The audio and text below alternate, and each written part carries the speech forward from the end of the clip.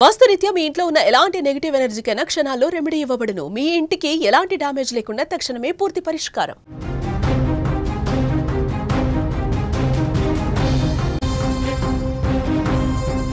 Saudi road ప్రమాదంలో 45 మంది దుర్మరణం చెందారు. రైల్వే ఉద్యోగి నసీరుద్దీన్ కుటుంబంలో ఘోరం చోటు చేసుకుంది. నసీరుద్దీన్తో పాటు ఫ్యామిలీలోని 18 మంది మృతి చెందారు. అందులో దాదాపుగా 10 మంది చిన్నపిల్లలే ఉన్నట్లుగా కూడా తెలుస్తోంది.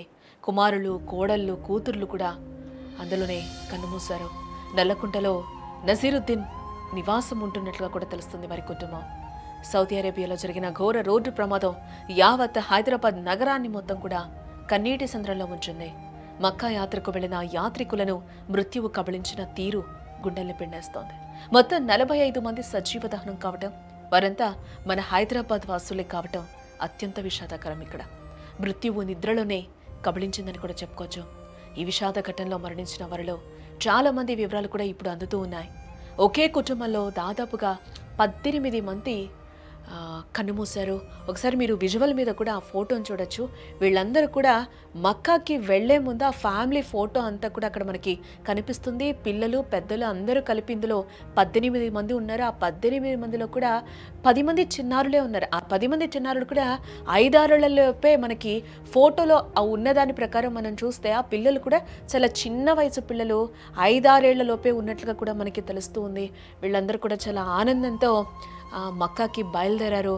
అనుకోని ప్రమాదంలో ఈరోజు అందరూ కూడా నసీరుద్దీన్ కుటుంబం మొత్తం కూడా ఈరోజు సజీవ దహనమైన సిచ్యువేషన్స్ అయితే కనిపిస్తూ ఉన్నాయి. ఈ నేపథ్యంలోనే అందరూ కూడా తీవ్ర దిగ్భ్రాంతికి గురయ్యారు. అందరూ కూడా తమ బాధను అయితే వ్యక్తం చేస్తూ ఉన్నారు. అటు నగరంలో విద్యానగర్, నల్లకుంట ప్రాంతంలో నివసించే రైల్వే రిటైర్డ్ ఉద్యోగి నసీరుద్దీన్ కుటుంబానికి ఇది తీరని లోటు ఏర్పడిందని కూడా మనం చెప్పుకోక తప్పదు.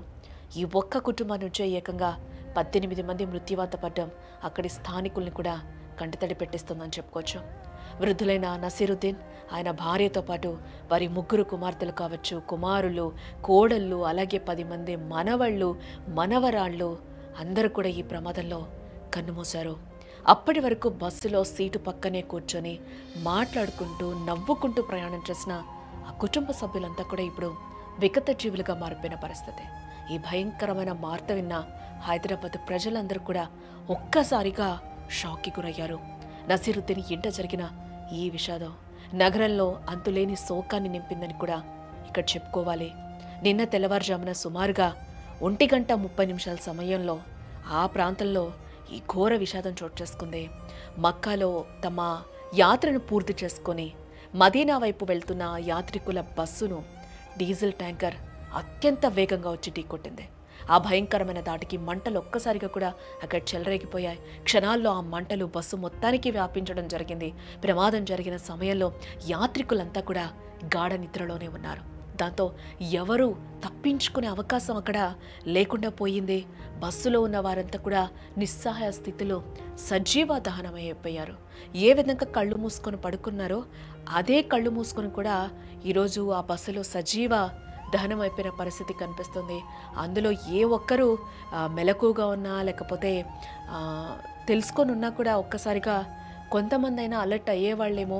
ఇక్కడ ఒక్కొక్కసారి అది కూడా ఆలోచిస్తే ఆ ఛాన్స్ కూడా కనిపించదేమో. ఎందుకంటే ఒక్కసారి వచ్చి గుద్దగానే కూడా ఒక్కసారిగా బస్సులో మంటలు కూడా ఒక్కసారి ఎగసిపడిన నేపథ్యంలోనే అందరూ కూడా ఆ నిద్రలోనే సజీవ దహనం అయిపోయినట్లుగా కూడా మనకి తెలుస్తూ ఉంది. ఈ మృతుల్లో 20 మంది మహిళలు, 11 మంది చిన్నారులు ఉన్నట్లుగా కూడా ప్రస్తుతం ఉన్న సమాచారాన్ని బట్టి మనకు తెలుస్తూ ఉంది. ఇప్పుడు మీ ఫ్యామిలీ నుంచి 18 మంది ఉన్నారు. ఆ 18 మంది చిన్నపిల్లలు ఉన్నారు. ఎవరు ఆ పిల్లలు? సడ్డగూడ వాళ్ళ పిల్లలు. ఎంతమంది ఉన్నారు పిల్లలు? 10 మంది పిల్లలంతా 10 మంది. పెద్దోళ్ళు అందరూ కలిపి 18 మంది, 18 మెంబర్స్. అరెస్ట్ చేస్తారు అక్కడ. ఇప్పుడు మీ ఫ్యామిలీ